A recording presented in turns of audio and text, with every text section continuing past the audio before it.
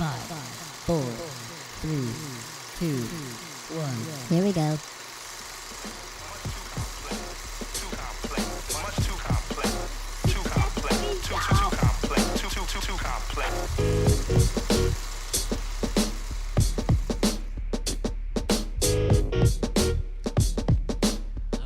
Hello and welcome to Between the Lines.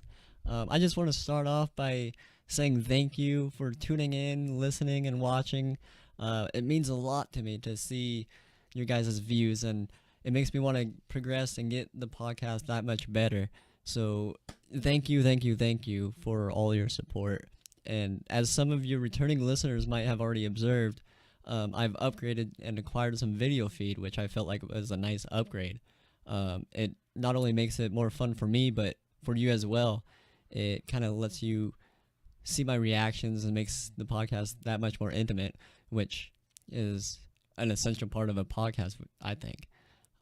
So without further ado, let's just kind of get right into it again. And if you're like me, you kind of see that the media highlights one game, especially throughout the week. And for me, this game was the opening Thursday night matchup between the Denver Broncos and Carolina Panthers.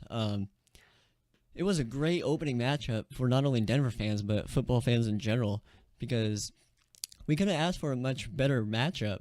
And as I expected, it was a very defensive-oriented game. We've seen offense. We've seen a new unknown quarterback that he did quite well, Trevor Siemian.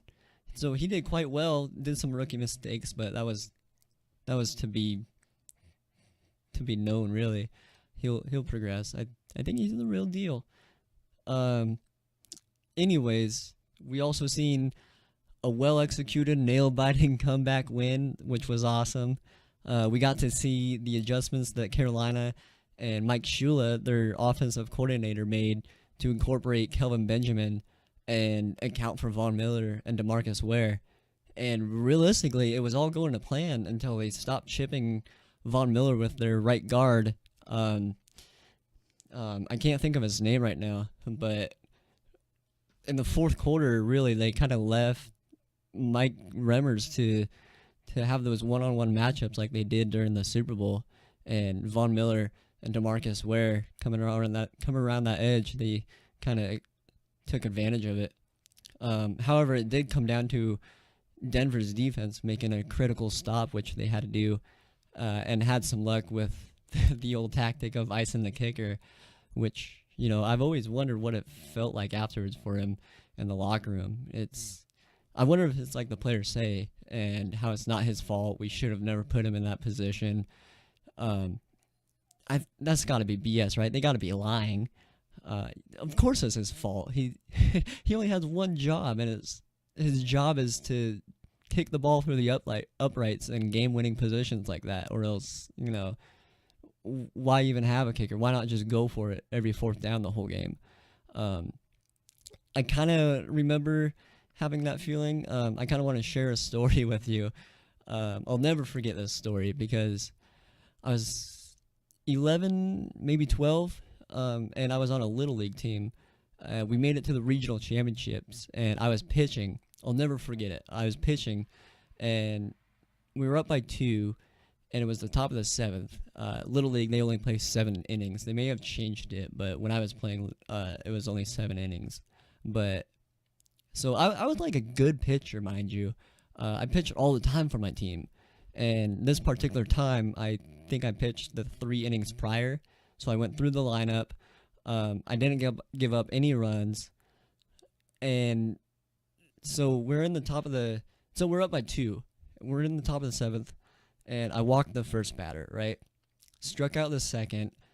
Walked the third and fourth. So the bases are loaded with 1 out. So I remember it was like really intense. And I remember I was so nervous. My legs shaking. I was sweating profusely. It was pretty hot that day, but all of a sudden I felt how dried out my mouth was. So we get to the 5th batter, and thankfully it was one of those short hoppers right to down the first baseline, and my first baseman come up and get the force out at home. So I remember thinking like, okay, cool, we're good. We got 2 outs. We get force out at anywhere. Just don't walk them, and we win. So up next to the plate is the biggest, best hitter on our team. It was like a Sandlot movie, you guys. I'm not even joking. And right on cue, I had a 1-1 count on him, and I left a perfect conservative pitch right knee level, and sure enough, I remember that ball went so high and so far that I felt like digging a hole to try to go in to find that ball and bring it back just so it would be in play again. And I remember like nobody talked to me. Not one of my teammates talked to me for like 20-25 minutes after the game. Even my coaches, they were like, it's all right. It happens, but really on the inside, I can just tell they're just like. I actually have a picture I want to show you guys. So, I don't know if you can see this, but this was the team that I played on. There's me front and center. Those are silver medals, second place medals. Look at that. I'm not lying. Look how pissed my coaches look. This guy, he's like, shit, we just lost. And then he, on the inside, he just needs a beer really quickly. Yeah. Man, that was a fun time, though. So, I've never felt that much pressure in my life like a kicker, but that's probably the closest it's felt for me. Anyways, let's get back to the Thursday night game, and Cam Newton was on the receiving end of some hard hits, and most of them didn't really get called for any sort of penalty. Do you know what I say to that? I say that's some good, hard defense. That's how defense is supposed to be played. If any team lets Cam run and scramble at will, he will tear you up, just like he did last season. And he still escaped multiple sacks and completed multiple passes downfield that only Cam can do, which that's the reason I love watching Cam Newton. And I know I'm going to hear it from my local peers and surrounding peers like, well, Russell Wilson can do it too, No, shut up. No, not like Cam. Not like Cam. Cam has guys bouncing off of him like bowling pins. He's shrugging defenders off like their little brother that tries to pick on him and can never really beat him up, and then he just like runs away from linebackers with that crazy fast 4.43 speed. Cam is an absolute monster. Anybody who says he's not a freak athlete and doesn't enjoy watching him on the football field, you need to take a closer look and just enjoy these freak athletes. But he suffers from something that I like to call the Shaquille O'Neal syndrome, or the Shaq syndrome. And that's what many freak athletes have experienced, like LeBron, Kevin Durant, Andre Johnson, Dez Bryant, Randy Moss, J.J. Watt. And it's just because of their pure size and strength, speed, elusiveness, and just all the above, that they're just so freakish at their own position that they really overcompensate for their common foul, or penalty, or whatever it is. Like a regular foul on a John Wall or Damian Lillard type players, rarely called on a guy like Shaq, LeBron or KD, Anthony Davis, etc. Even any real big man, 4 or 5, they don't get those calls. So defenses can get away with way more punishment to Cam than they can to Russell or to Aaron Rodgers or anybody of that stature. And which, by the way, Cam is completely putting himself in that situation with his read option and design QB runs, the design QB draws like we've seen. He scored that touchdown, that running touchdown on. He got a pretty good lick going to the corner pylon there. But defenses like Denver, Seattle, Minnesota, Oakland, Kansas City. I think they played Kansas City this year. Let me fact check that for you real fast, actually. Yeah, so week 10 at Carolina, too. So defenses like those are gonna be bringing the punishment, and they're gonna direct it towards Cam. And really, it's the nature of the beast, especially especially in football. And I agree with the refs on this one of not throwing flags because those hits were hard legal hits, with the exception of one blatant hit to the helmet that was called, but there was an offsetting penalty on the offense, so that didn't really punish the defense for that hard hit. So that's just kind of my takes on that highlighted Thursday night game, which was a thriller. So I'm going to be going through the season, and week by week I'm going to pick all the games to share with you guys and see how well I do. And last week, to be honest, I did not do very well. It was not a very good launch out the gate. I think I went 10-6, so on the plus side, I did go above 500, which was nice, but week 1 is always the hardest week to predict, and rightfully so. With all the trades and the draft, rookie players, the rise and fall of teams, it's just one of those things that's hard to pick. So 10-6, I think, was fair, but we'll see how the rest of the season goes. There was a lot of very good matchups and some early division games that can be win and loss early, and maybe come back and haunt some teams. Cough, cough, Dallas. So I think I said cough, cough, and actually coughed. That was weird. But moving on to some honorable mentions, I would like to point out.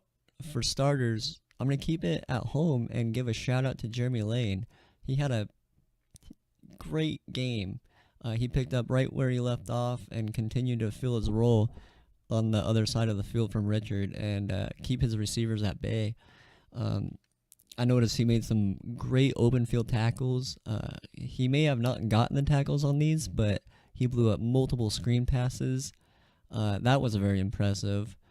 And all except that one busted coverage where Kenny Stills was wide open for the touchdown, unfortunately dropped it. Yikes. Which I'm not even too sure that was Jeremy Lane on the coverage. Maybe I think it was actually Deshaun Shedd, and he was in some type of cover 3 that got busted. He ran to the flat, and Earl was left in no man's land, really. Anyways, it was just one of those crucial miscommunications that fortunately was bailed out by a dropped ball. Moving on to the New York Giants and their new studded receiving core. I'm not sure if you guys seen the stats on that or watched that game. With Victor Cruz back and looking healthy, he's an electric drive starter. And with the new draftee of Sterling Shepard out of Oklahoma, he looks like a stud and looks like a perfect slot receiver, which they were kind of lacking last year. And of course, there's Odell Beckham Jr., which I don't really have to rant and rave about him since we all seen him in action, I'm pretty sure. And meanwhile, with the number 2 overall pick, Carson Wentz had a remarkable game. He was one of the only rookies or new starting quarterbacks that I seen that had any individual talent, of the few that had a question marks entering the season. I mean, he was hucking it all around the field, stepping up in the pocket at the right time, buying time, and was pretty accurate, ending with a 101 something rating for the day on like 60% completion. So that was pretty good. A rookie quarterback, number 2 overall pick, to live up to his expectations. So that was my honorable mentions. So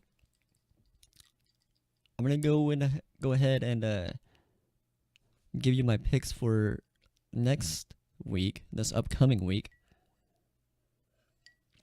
And I'll start by saying for tomorrow's game, I'm going with Jets, Jets. That's right.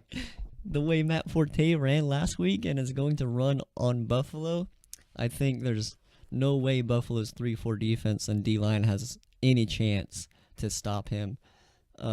Rob Ryan makes you think he knows what he's doing, but he doesn't. Talk about nepotism in Buffalo. Ugh. I mean, if his bro didn't hire him, he'd still be unemployed.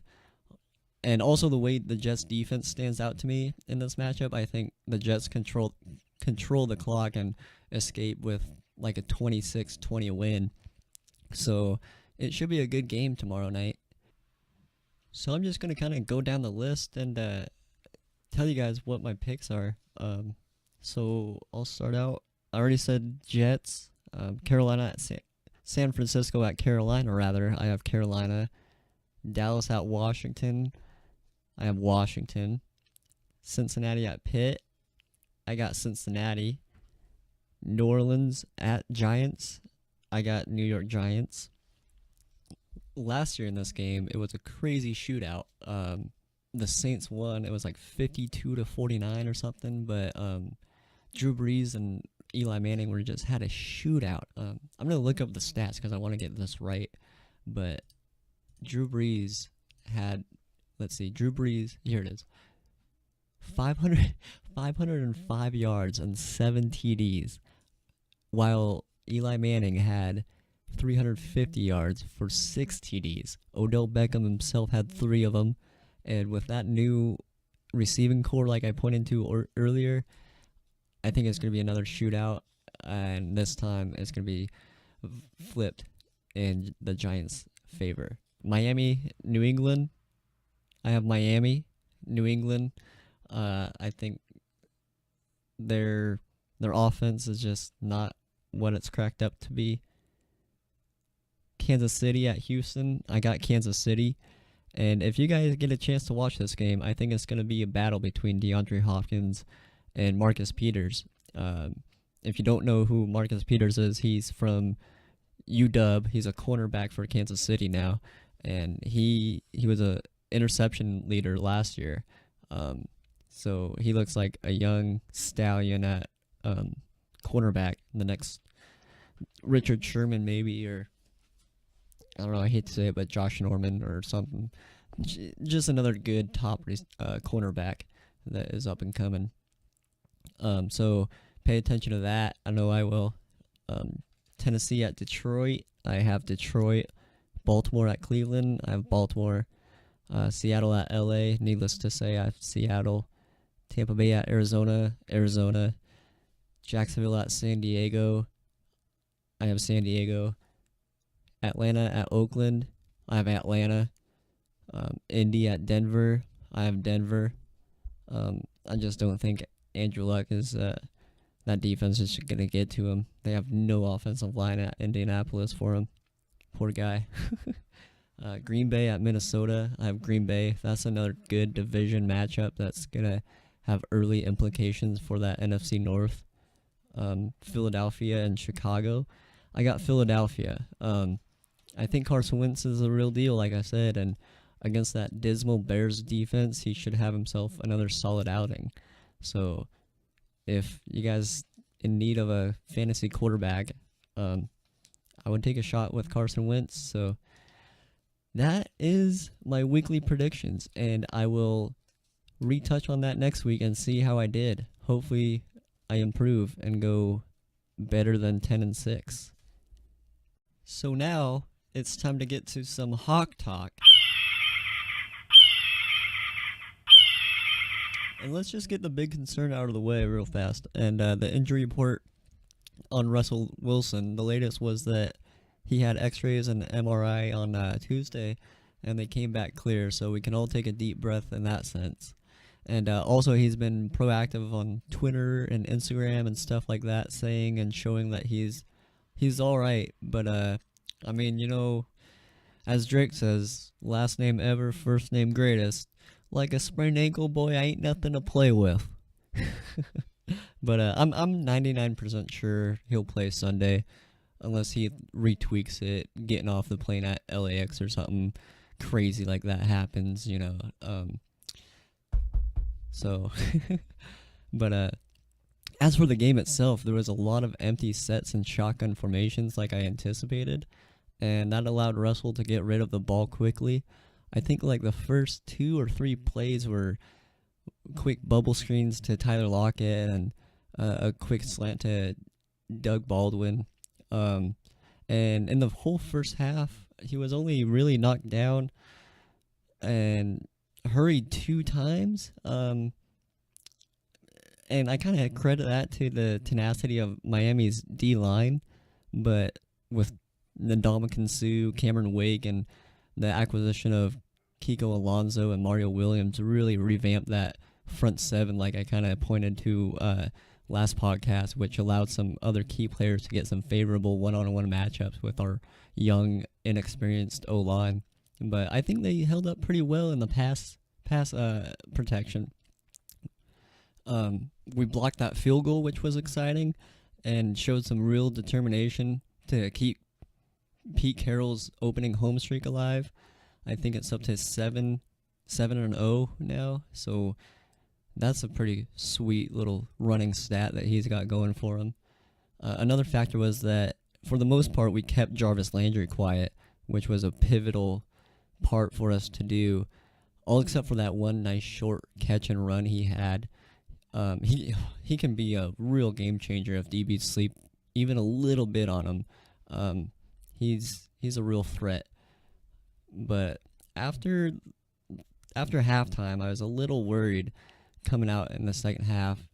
We began, and going into the fourth, I was concerned because I really could tell we were forcing the run and trying to run the ball with Krista Michael and Thomas Rawls, and our own line was just not getting any push, which resulted in a scoreless third quarter.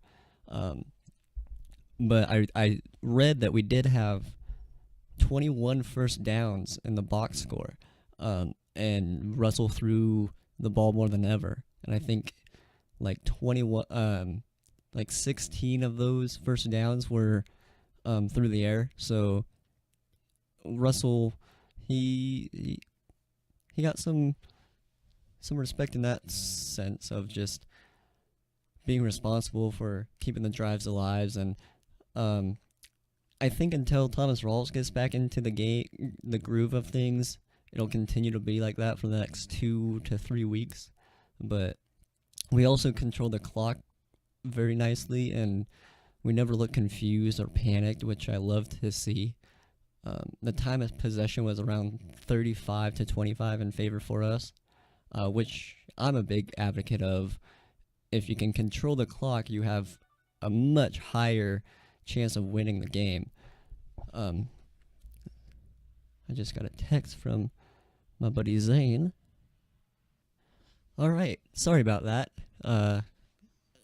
As I was saying before, Zane rudely interrupted Hawk Talk. That son of a bitch. I can't. Yeah, he's gonna be a guest on here shortly. Once I figure out how we get together or a Skype interview or something. So you guys get to see him. He's been a Seahawks fan ever since I've known him, and we've been through the rails together, been through the dumpsters, and one of my good friends. So I'm excited for him to join up the podcast and talk some Seahawks. Anyways, before I left off, I was talking about how we control the clock, and I think that's going to be a big emphasis during the Rams game too this Sunday. And expect Thomas Rawls to kind of be eased into it for these next 1 to 2 weeks before he gets into the groove of things. It's tough coming off a broken ankle. If you know me personally, which many of you do, I've been told I have glass bones and I've broken an ankle before. And it's just one of those injuries where you really got to trust it before you can go 100% and get back into the groove. So I know what he's going through. Obviously, I'm not an NFL running back, but I was playing football at the time. Anyways, Vegas has us at a 3.5 point favorite for Sunday, and I think that's about right, I would say. If you're into Vegas betting or not, they usually get it right for the most part. They're more right than wrong. If it's favorites, I don't know the point spread, but usually they pick the correct winner. Um, and just like the Rams always play us hard, it's like it's their Super Bowl when they play us or something. It's very odd. They always play us tough. And I've always thought of these matchups as like a cat and mouse sort of matchup. Us being the cat, we're obviously like we're more talented, we're better coached, we have a better front office, bigger, faster, stronger, and we're just seemingly better all the way across the board. But for some reason, the Los Angeles Rams, they always have these little mismatch player that we can't or tricks up their sleeve that we can't really seem to get a handle on. And I don't know, the last 3 out of 4 times actually we've lost.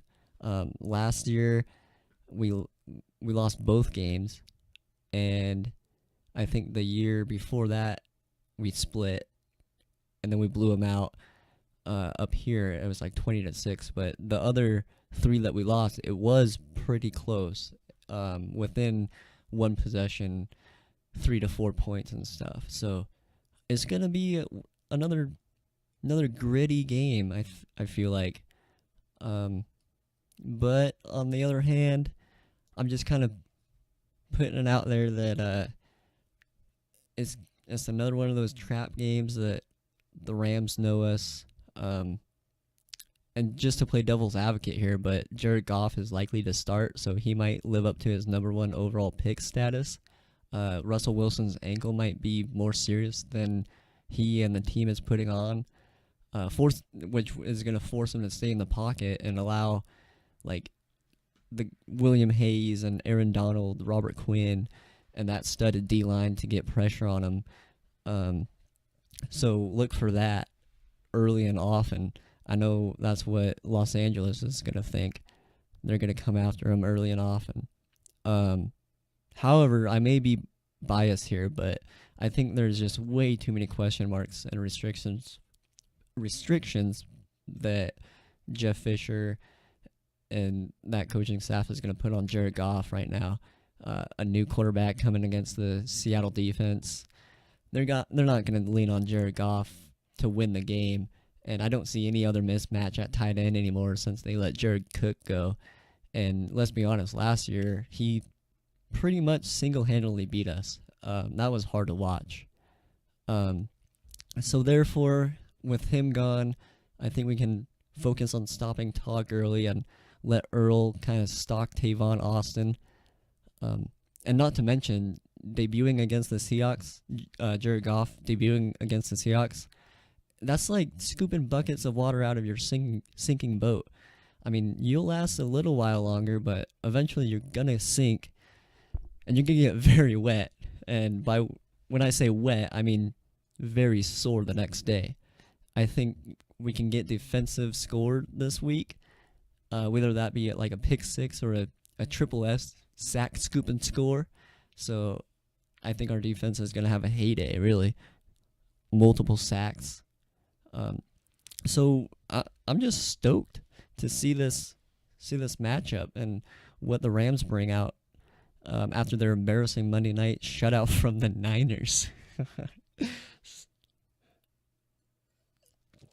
I mean, the Niners, everybody expected them to win like maybe 4 games, and they come out blazing with that, what was it, 26 or 28-0.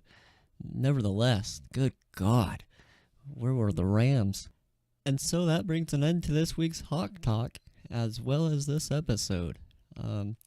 Again, I can't thank you all enough for tuning in and listening. I really do appreciate every view I get and can't wait to make this better. I hope you all enjoyed the new video feed, and if you have any opposing weekly picks or any opposing thoughts that you might have, don't be afraid to shoot me a comment and let's debate about it. Let's have some fun with it. Don't forget to hit this little watermark here down on the corner and subscribe to my channel so you can keep up to date with the podcast and whatnot. So, all right, signing off. Bye.